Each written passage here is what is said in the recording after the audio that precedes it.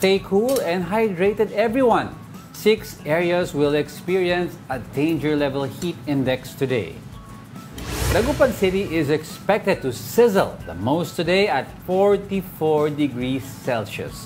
The town in Bacnotan in La Union will experience temperatures up to 43 degrees Celsius, while a 42 degrees Celsius heat index is expected at Aborlan in Palawan, Catarman in Northern Samar, Cotabato City, and Puerto Princesa in Palawan.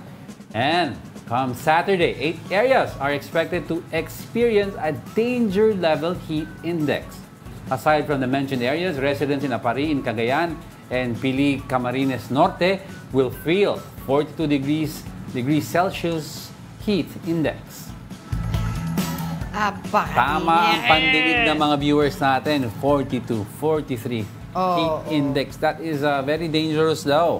And of course, ang key dito is stay hydrated. Kasi alam mo, kahit may electric fan ka na nakatutok sa'yo, ang ginagawa kasi ng fan... Ang singaw nun eh, mainit. Hindi, kasi ang fan, higupin lang niya yung hangin kung ano yung meron. Ngayon, kung 43 degrees ang heat index mo, pati yung moisture sa hangin, ganun. Mainit din. Mainit. So, bumubuga sa'yo, hot water. Kung wala kang aircon, the best you can do is hydrate. Hydrate. At tapos meron ako nakita sa mga online shops na nabibili ng mga electric fan na you can put water para magbuga ng malamig na... yung rechargeable ata ito eh.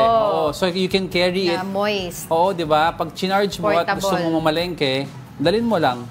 No, kasi, di ba may ganun tayo, pero yung wala yung cooling. Tara, mamamalengke, may dalang. No, I'm saying, iba sitwasyon ngayon. It's ang init. Masyado kang seryoso. Hindi, ikaw kasi nakaupo ka sa car, sa aircon, nakabumababa pag may mga lakad.